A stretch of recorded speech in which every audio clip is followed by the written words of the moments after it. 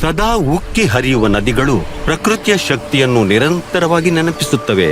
ಪ್ರಕೃತಿಯ ಭಾಷೆಯಲ್ಲಿಯೇ ತಾಳ್ಮೆಯಿಂದ ಉತ್ತರಿಸುವ ಒಬ್ಬ ವ್ಯಕ್ತಿಯಲ್ಲಿ ಜನಿಸಿದರು.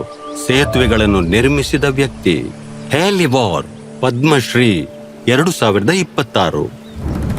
ಭಾರತದ ದೂರದ ಪೂರ್ವ ಬೆಟ್ಟಗಳಲ್ಲಿ ಮಾನ್ಸೂನ್ ತನ್ನ ಕಥೆಯನ್ನು ಧಾರಾಕಾರ ಮತ್ತು ಬಿರುಗಾಳಿ ಮೂಲಕ ಬರೆಯುತ್ತದೆ. ಪ್ರಕೃತಿಯ ವಿರುದ್ಧ ಹೋರಾಡುವುದಿಲ್ಲ, ಅವರು ಆಲಿಸುತ್ತಾರೆ. 1957ರಲ್ಲಿ ಮೇಘಾಲಯದ ಸೋಹ್ರಾ ಬಳಿಯ ಸಿಯೇಜ್ ಎಂಬ ದೂರದ ಹಳ್ಳಿಯಲ್ಲಿ ಖಾಸಿ ಬೆಟ್ಟಗಳ ಸಾಮಾನ್ಯ ಕುಟುಂಬದಲ್ಲಿ ಹ್ಯಾಲಿ ವಾರ್ ಜನಿಸಿದರು. 10 ವರ್ಷ ವಯಸ್ಸಿನಲ್ಲಿ ಆಧುನಿಕ ಜಗತ್ತಿನಲ್ಲಿ ಅಪರೂಪದ ಸಂಪ್ರದಾಯವನ್ನು ಅಳವಡಿಸಿಕೊಂಡರು. ತಾಳ್ಮೆ ನಿಮಿಷಗಳಲ್ಲಿ, ವರ್ಷಗಳಲ್ಲಿ ಅಳೆಯಲಾಗುವುದಿಲ್ಲ, ಆದರೆ ತಲೆಮಾರುಗಳಲ್ಲಿ ಅಳೆಯಲಾಗುತ್ತದೆ. ನದಿಗಳಿಗೆ ಅಡ್ಡಲಾಗಿ ಸಜೀವ ಬೇರು ಸೇತುವೆಗಳನ್ನು ನಿರ್ಮಿಸುವ ಸಂಪ್ರದಾಯ ಖಾಸಿ ಜನರ ಶ್ರೀಮಂತ ಪರಂಪರೆಯಲ್ಲಿ ಒಂದು ಅಮೂಲ್ಯ ರತ್ನ. ರಬ್ಬರ್ ಅಂಜೂರ ಅಂದ್ರೆ ಫಿಗ್ ಟ್ರೀ ಮರವಾದ ಫಿಕಸ್ ಇಲಾಸ್ಟಿಕಾದ ವೈಮಾನಿಕ ಬೇರುಗಳಿಂದ ಮಾಡಲಾದ ಈ ಸೇತುವೆಗಳು ರೂಪುಗೊಳ್ಳಲು ದಶಕಗಳೇ ಬೇಕಾಗುತ್ತವೆ. ಅವು ತಿರುಚಿ ಸದೃಢವಾಗಿ ಬೆಳೆಯುತ್ತವೆ, ಕಾಡಿನ ಭಾಗವಾಗುತ್ತವೆ. ಇದು ಮಾನವನ ಜಾಣ್ಮೆ ಮತ್ತು ಪ್ರಕೃತಿಯ ಶಕ್ತಿಯ ಅನನ್ಯ ಸಂಯೋಜನೆ. ನನ್ನ ಅಜ್ಜ ನನ್ನನ್ನು ಕಾಡಿಗೆ ಕರೆದುಕೊಂಡು ಹೋಗುತ್ತಿದ್ದರು. ಅಲ್ಲಿ ಬೇರು ಸೇತುವೆಗಳಿಲ್ಲ. ಜನರು ನದಿ ದಾಟಲು ಮೈಲುಗಟ್ಟಲೆ ನಡೆಯಬೇಕಾಗಿತ್ತು. ನಮ್ಮ ಹೊಲಗಳಿಗೆ ಹೋಗಲು ಅದೊಂದೇ ದಾರಿ.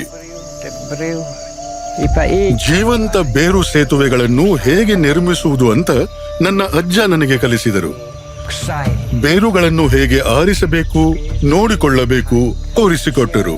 ನದಿಗೆ ಅಡ್ಡಲಾಗಿ ಗಟ್ಟಿಯಾಗುವವರೆಗೆ ಅವುಗಳನ್ನು ಹೇಗೆ ಸಂಭಾಳಿಸಬೇಕು ಎಂಬುದನ್ನು ತಿಳಿಸಿದರು. ಈ ಸೇತುವೆಗಳು ನಮಗೆ ನದಿ ದಾಟಲು ಸಹಾಯ ಮಾಡುವುದಷ್ಟೇ ಅಲ್ಲ, ನಮ್ಮ ಹೆಗ್ಗುರುತಾಗಿವೆ. ಕಾಳು ಮೆಣಸು ಮತ್ತು ಅಡಿಕೆ ತೋಟಗಳಲ್ಲಿನ ಜವಾಬ್ದಾರಿಗಳ ಹೊರತಾಗಿಯೂ ಹ್ಯಾಲಿ ವಾರ್ ಸೇತುವೆಯ ನಿರ್ವಹಣೆಯನ್ನು ನೋಡಿಕೊಳ್ಳುತ್ತಾರೆ. ಅವನ್ನು ಸ್ವಚ್ಛಗೊಳಿಸಿ ಗಟ್ಟಿಮುಟ್ಟಾಗಿಸಿ ಅವುಗಳ ಬೆಳವಣಿಗೆಗೆ ಮಾರ್ಗದರ್ಶನ ನೀಡುತ್ತಾರೆ. ಜೀವಂತ ಸೇತುವೆ ಎಂದಿಗೂ ಸಾಯೋಲ್ಲ, ಆದರೆ ಜೀವಂತ ಜೀವಿಗಳಂತೆ ನೋಡಿಕೊಳ್ಳಬೇಕು. ಇವಾಗ ಪ್ರತಿ ವರ್ಷ 10,000ಕ್ಕೂ ಹೆಚ್ಚು ಪ್ರವಾಸಿಗರು ಅದ್ಭುತ ರಚನೆ ನೋಡಲು ಸೇಜ್ಗೆ ಭೇಟಿ ನೀಡುತ್ತಾರೆ. ಅದರ ಸೌಂದರ್ಯ ಪ್ರತಿನಿಧಿಸುವ ಬುದ್ಧಿವಂತಿಕೆ ಮತ್ತು ಯಾವುದೇ ಮಾಲಿನ್ಯವಲ್ಲದ ಎಂಜಿನಿಯರಿಂಗ್ ನಿಂದ ಆಕರ್ಷಿತರಾಗುತ್ತಾರೆ.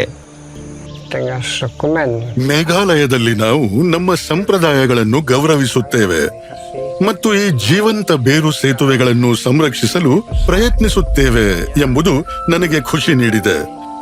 ಇದು ನನಗೆ ಗೌರವವಷ್ಟೇ ಅಲ್ಲ, ನನ್ನ ಕುಟುಂಬ, ನನ್ನ ಹಳ್ಳಿ, ನನ್ನ ಅಜ್ಜ, ನನ್ನ ಅಪ್ಪನಿಗೂ ಗೌರವ ತಂದುಕೊಟ್ಟಿದೆ. ಅವರು ಪ್ರಕೃತಿಯ ವಿರುದ್ಧವಲ್ಲ, ಅದರೊಂದಿಗೆ ಬದುಕಲು ಕಲಿಸಿಕೊಟ್ಟಿದ್ದಾರೆ. ಶ್ರೀ ಹ್ಯಾಲಿ ವಾರ್, ಪದ್ಮಶ್ರೀ 2026. ಕೋಟಿ ಕೋಟಿ ನಮಸ್ಕಾರ.